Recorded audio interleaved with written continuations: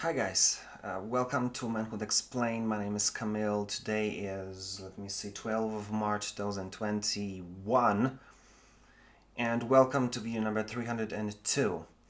And today I want to just jump in and record because as you can see, I've already moved to Italy where I'm right now, and that's why I had a pause in recordings. There were so many things to handle. But I thought today, let's just jump in and record and just talk about a few things. And I hope that's going to be something that it's going to give you something to think about. So today I want to talk about how to kind of be a pilot. How to pilot your plane, not pilot it ish, if you know what I mean. So you see, there's one of the things that we struggle with as guys in general, but as I told you that I'm gonna go towards spirit-filled Christianity much more in this whole so I'm gonna add that we as Christian guys, we have so many issues with that we are trained to be nice guys, we are trained to be humble like Christ and so on, but nobody teaches us the truth of life that then kind of basically brings or kind of delivers a check that we have to pay, and that's why many relationships fall apart, and the statistics are extreme, because in United States like 50% of all marriages fall apart, and in evangelical Christianity, I've seen statistics from, I don't know, 2018 I think, or 17. It was like 28% of marriages are falling apart, which is like tragic. So there are three things that I want to talk today about in context of, or putting that in context of being a pilot of a plane, that kind of I want you to think about and see where you are on the scale of being proficient in it. So first thing I want to talk about is, how do you think the person who is flying the plane approaches doing that? Have you ever seen a pilot who enters the plane and asks his staff, where are we going? Have you ever seen a pilot who enters the plane and asks, have you, and he asks, like a second pilot, have you ever done this before? Do you know what this whole stuff, how to deal with this whole? Have you ever seen someone who's piloting the plane who asks his flying attendant, or I don't know, goes and asks people in a plane, where do you want to go today? You see, this is exactly the thing that happens many times in relationships. That we are basically entering the relationship and we have no clue where we're going. And the amazing thing that not many people will tell you about a relationship in general is that many times we as guys, we have so much lower standards, or meaning we don't need as much as our ladies do. That's why so many times your girl, which sees the reality in much bigger detail than you do. As I always say, men are like long term. You have more vision for the future rather than looking at like a short term. She sees much more. That's why ladies are much better with taking care of kids, because they are here and now.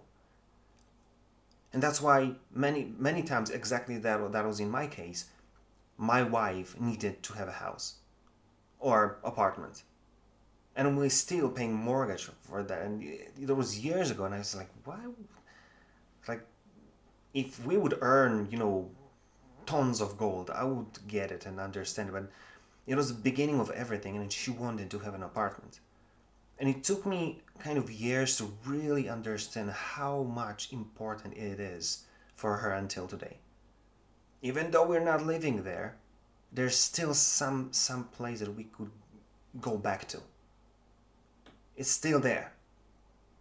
So that's why I want you to kind of look at yourself and ask yourself, as a guy and you as a Christian man, How do you see yourself in this whole thing? Do you really enter the cockpit of the plane and know where you're going? Or do you need constant help, constant advice? What are we going to do? Where are we going to fly? How to get there? The storm is coming. What are we going to do?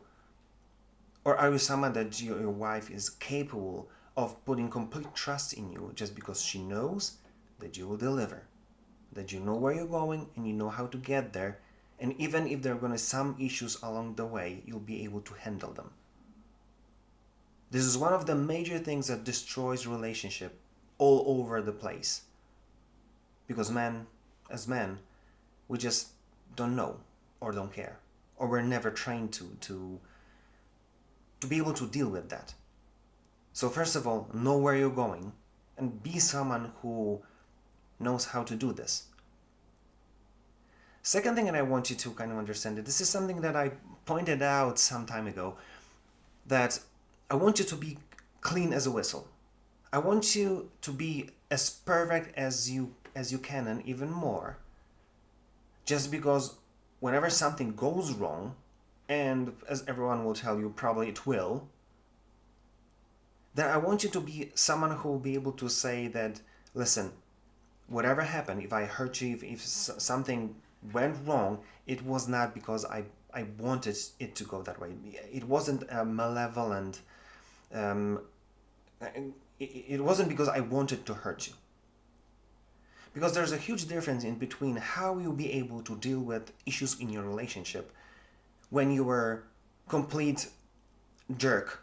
You cheated on her, you didn't care, all you did is, I don't know, watch sports and or play computer games or spend time with your pals drinking beer, and you never cared about the family, you never cared about kids. And in comparison to someone who says, listen, I tried everything that I did, you know that I tried as much as I can, as I could. I'm not perfect, no one is. But one thing that you cannot hold against me is that I didn't care, that I didn't try. Because there's completely different position that you start from when you try to rebuild your relationship. And kind of to go into this parallel of being a pilot, don't be surprised if the people who work for you, the flight attendants, the second pilot, or whoever is there, or the people who are flying with your airlines, don't be surprised that they don't want to have anything to do with you. If every time they fly with you, everybody vomits all over the place just because you fly like a maniac. Every turbulence, nobody knows that it's going to happen, even though you can hear it on the radio. You just don't care, and every flight is a complete chaos. But it's a different story when you say, listen, there will be turbulence. I can hear from the people on the ground that we may have some turbulences, so be prepared. And even though I cannot avoid it, I can tell you that it's going to happen, but we're going to deal with this. I know how to handle it. You know what I'm saying? You've got to, that's why I always say, do everything you can, so whenever something goes wrong, you'll be able to say, I did everything I could to avoid it. Something went wrong, let's talk about it, let's learn, let's figure it out, what are we supposed to kind of learn from this, and let's move on. But if you have some personal issues like cheating or something like this, you know that you did something wrong and it was your fault, then rebuilding takes so much more time. And then you don't only deal with some issues that you need to fix as a couple, but you're dealing with personal hurt, which takes much longer to fix and much longer to forget. Don't put it on yourself. You really don't need it, especially when something goes wrong. But point number 3, something that is going to be so important for so many of you, and I'm sure that so many of you never heard about it, that there are 2 ways you're supposed to look at you leading. It's not only about the physical plane, but also about the spiritual plane. You've got to understand that not only your God says that He is a father, not a mother, He's a father. It was a conscious decision of His is to use this um, fatherhood figure as a man who takes care of, kids and wife and so on. But in your case, but then you've got to understand that he puts you as a head of your family, as your relationship. But then he's always tells you that you're not only a caretaker. It's not this three things that always psychology says: provider, pioneer as a leader, and protector. But then he says you're also a priest. This is something I talk in length in my presentations that I do, and I'm going to be doing them in probably next month. The whole five prolections, if I can call it that way, about this whole things, and that's one of the things you've got to understand, that you supposed to be the one who's not taking care and leading and piloting this whole plane in physical plane, but in spiritual as well. And this is something that my wife kind of surprised me a few days ago when we were talking about it. She said that you're one of the guys that I kind of see as someone who has the strongest values or the backbone of all of the guys that I met. And that was very interesting to hear. Something that I was surprised. Let me just turn off the volume because I can hear myself. It was something that I was surprised because she said that I'm strong in my values from a spiritual perspective as well. And that was fascinating for me. And I'm telling you to brag, but I'm telling you that nobody taught me as well. They said, take care of your family. You've got to provide for the family the money and so on. Take care of your wife. But not many people. I never heard it really. That you're supposed to be the one who spends time in your praying closet. Being the one who is in between your God and your family, not to being someone above them, but someone who takes care of them. And one of the major things that my brother told at the last presentation that we did in Polish, my brother said amazing thing that is exactly proving what I'm telling you. He said I had issues with this or that. So basically, when I saw that none of my ways that I tried to fix it worked, I just went to God and told him, listen, I'm not able to deal with this. How am I supposed to deal with it? How am I supposed to approach this whole thing to see results? And you know what happened? God started talking to him and showing him a way to really see a positive impact on his relationship, and kind of flipped everything upside down. He says, now I'm happy in my relationship. So not only be the pilot in a physical plane, but also be the one who's leading this whole thing in a spiritual plane. I want you to really be someone who is not at the end, but at the beginning, at the front of this whole thing. Because if your wife is the one who is praying, reading the Bible, trying to drag you to the church, and it's completely upside down.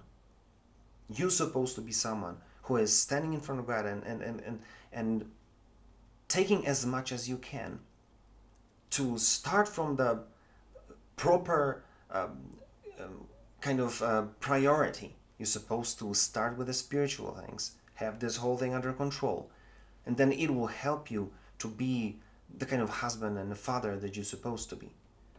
Because you can try and you can do everything, but if you don't have right priorities, you're not going to be someone who is spiritually enough. And maybe in life everything's going to be fine, but you can split just because she's going and doing things as she's supposed to do in spiritual way, but you just didn't care.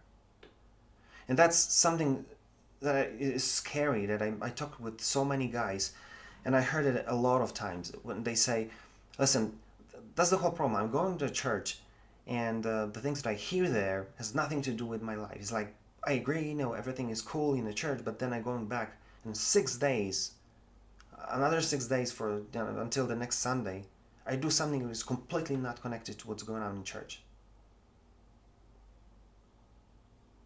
and that's scary, and that's a subject of its own. And I'm probably going to talk about it because I know that it's so crucial. But think about it. The place that you're supposed to start is not in a church. You're supposed to start in your praying closet. That's where you build your relationship, not in a church. But not going too deep into that because I'm going to come back because it's subject of its own. I want you to look at it and understand. You've got to be a pilot. You've got to pilot this thing, not pilot it-ish. So know where you're going. Be clear as a whistle. Do everything you can so every flight will be as smooth as possible, because when something goes wrong, you want to be at the best position ever to help to solve the problem and help you go forward as quick as possible. And point number 3, you're supposed to learn how to fly this whole thing, not only in the physical plane, but in spiritual as well. So that's why challenge your father and let him tell you how he's supposed to play this game, and he will do his part. So this is what I want you to take from this video. Maybe nobody told you that. Maybe nobody explained to you. You kind of heard that you're supposed to lead, but nobody really told you that this is how you're supposed to do it, that I'm supposed to know already. Nobody told you that I'm supposed to have standards of my own, that I'm supposed to ask my wife how are we supposed to do things. Maybe she should help you, but this is your responsibility to know how to do this. And you're supposed to know how to do this not only in physical plane, but in the spiritual plane as well. Maybe nobody told you, but now you know. So that's why start where it's all supposed to start, in your praying closet. If you need, read books, listen to whoever you want, whomever is there to help you. But start with prayer. Start with understanding that God will tell you, He'll be able to tell you exactly how to deal with the issues that you have. And there's tons of knowledge outside, just, obviously.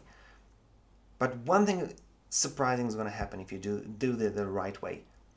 If you challenge your God, you do your part, He will do His, and then you'll understand that this is the place in your praying closet when this whole game begins. Think about it, and see you next time.